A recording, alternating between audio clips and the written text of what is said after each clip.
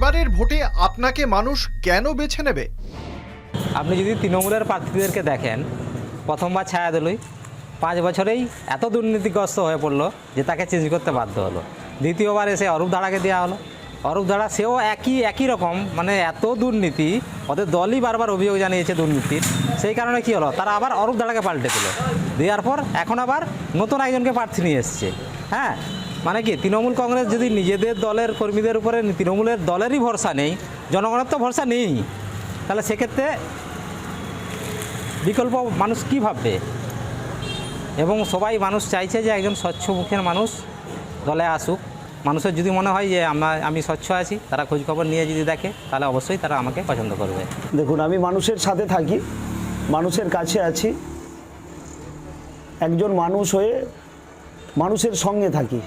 সেই কারণেই মানুষ আমাকে বেছে নেবে, কারণ তার সমস্যা সমাধানে সূর্যোদয় তার পাশে থেকেই কাজ করে। এসআইআর কি শাসকের পক্ষে যাবে নাকি বিরোধীদের পক্ষে যাবে? দেখুন, এসআইআর শাসক দলের পক্ষে বা বিরোধী দলের পক্ষের জন্য নয়। এসআইআর নির্বাচন কমিশনের যে একটা ভোটার লিস্টকে স্বচ্ছ রাখার যে প্রক্রিয়া, সেই প্রক্রিয়ার জন্য নির্বাচন কমিশন করেছে।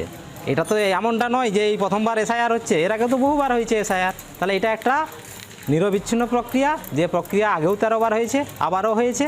তাহলে এর থেকে শাসক দলের ভোট বা পক্ষে বিপক্ষে যাওয়ার ব্যাপার নেই। কিন্তু মানুষ মন পরিবর্তন করে নিয়েছে। তৃণমূলের বিসর্জন কালের দেওয়ালে লেখা হয়ে গেছে, এর কোনো পরিবর্তন নেই, তৃণমূল হেরে গেছে। নিশ্চিতভাবে এসআইআর শাসক দল বা আমাদের নেত্রী মমতা বন্দ্যোপাধ্যায়ের নেতৃত্বাধীন, আমাদের অভিষেক বন্দ্যোপাধ্যায়ের নেতৃত্বাধীন মামাটি মানুষের সরকারের পক্ষেই যাবে। কারণ কি, যেভাবে এসআইআর করে ঘুর পথে বাংলার মানুষকে লাঞ্ছিত করা হয়েছে, বাংলা ভাষাভাষী মানুষকে লাঞ্ছিত করা হয়েছে, তার প্রতিশোধ, যেভাবে মানুষকে হ্যারেস করা হয়েছে, মান সম্মান নিয়ে চিনিমেনে খেলা হয়েছে, তার প্রতিশোধ মানুষ এই 2026-এর নির্বাচনে নেবে এবং সাম্প্রদায়িক ওই নরেন্দ্র মোদী বিজেপি সরকারের বিপক্ষে যাবে। আপনার বিপক্ষ দলের দুর্বলতা কোথায়? বিপক্ষ দলের দুর্বলতা কোথায়? গোটাই দুর্বলতা। যিনি প্রার্থী হয়েছেন উনি গত 5 বছর পঞ্চায়েত সমিতির সভাপতি ছিলেন, তারপরের 5 বছর সহসভাপতি ছিলেন। কিন্তু আপনি যদি ওই ডিঙালের রাস্তাটা দেখেন, সাধারণ মানুষকে হেঁটেও যেতে পারে না। তারপরে ডিঙাল পুল, আজ 15 বছরেও কেন ডিঙাল পুল হলো না? তাহলে তার এলাকার যদি সে উন্নয়ন করতে না পারে, তার গ্রামের উন্নয়ন করতে না পারে, সে গোটা বিধানসভার উন্নয়ন কী করে করবে? বিপক্ষ দলের দুর্বলতা এটাই, এরা উন্নয়নের কোনো কাজে কর্মে কখনোই আসে না। সারা বছর এদেরকে দেখা যায় না, এই ভোটের সময় এলেই এরা রাস্তায় নেমে পড়ে, টাকা কেন্দ্রীয় সরকার টাকা আটকে রাখে, অথচ এখানে এরা উন্নয়নের কথা বলে। এরা ধর্ম নিয়ে রাজনীতি করে, এরা থাকে রথে, আমরা থাকি পথে। গত 5 বছরে এলাকার উন্নয়ন নিয়ে আপনি কি সন্তুষ্ট? আমার সন্তুষ্ট থাকার কোনো ব্যাপার নয়, আমার চন্দ্রকোনা বিধানসভাবাসী কেউ সন্তুষ্ট নয়। এবং তারা সকলে দাবি তুলেছে, তারা তাদের প্রস্তুত হয়ে আছে এই তৃণমূলকে গঙ্গায় ছুঁড়ে ফেলার জন্য। নিশ্চিতভাবেই সন্তুষ্ট, কারণ মমতা বন্দ্যোপাধ্যায় সার্বিকভাবে বাংলার মানুষদের জন্য তার যথা সামর্থ্য দিয়ে তিনি চেষ্টা করছেন এবং বাংলার উন্নয়নকে এগিয়ে নিয়ে যাচ্ছেন। এই উন্নয়নে আমি সন্তুষ্ট। বিধায়ক নির্বাচিত হলে এই এলাকার মানুষকে আপনি কি প্রতিশ্রুতি দেবেন? একজন বিধায়কের দায়ের মধ্যে যা কিছু পড়ে, আমি এর আগেও সবসময় মানুষের পাশে থেকেছি। হয়তো প্রশাসনিক সহায়তা করতে পারিনি, কিন্তু মানসিকভাবে তাদের সবসময় পাশে থেকেছি।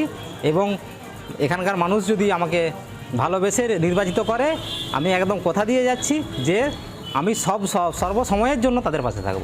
বড় বড় কয়েকটা কাজ বাকি রয়েছে, কারণ আপনারা জানেন দীর্ঘ প্রায় 4 বছরের বেশি সময় ধরে কেন্দ্রীয় সরকার টাকা আটকে রেখেছে, যার ফলে সেই কাজগুলোকে আমরা হয়তো শুরুই করতে পারিনি। যেমন আমাদের চন্দ্রকোনা বিধানসভার আমাদের ক্ষীরপাই হাসপাতালের মান উন্নয়ন করতে হবে, অর্থাৎ প্রায় 100 বেডযুক্ত হাসপাতালের পরিকাঠামোগত উন্নয়ন এবং ডাক্তার যাতে থাকে, যাতে এখানে মানে সুচিকিৎসা পায় মানুষ। তার সাথে সাথে চন্দ্রকোনা হাসপাতালেরও পরিকাঠামোগত উন্নয়নের প্রয়োজন রয়েছে এবং আরও ডাক্তার বাবুদের দরকার।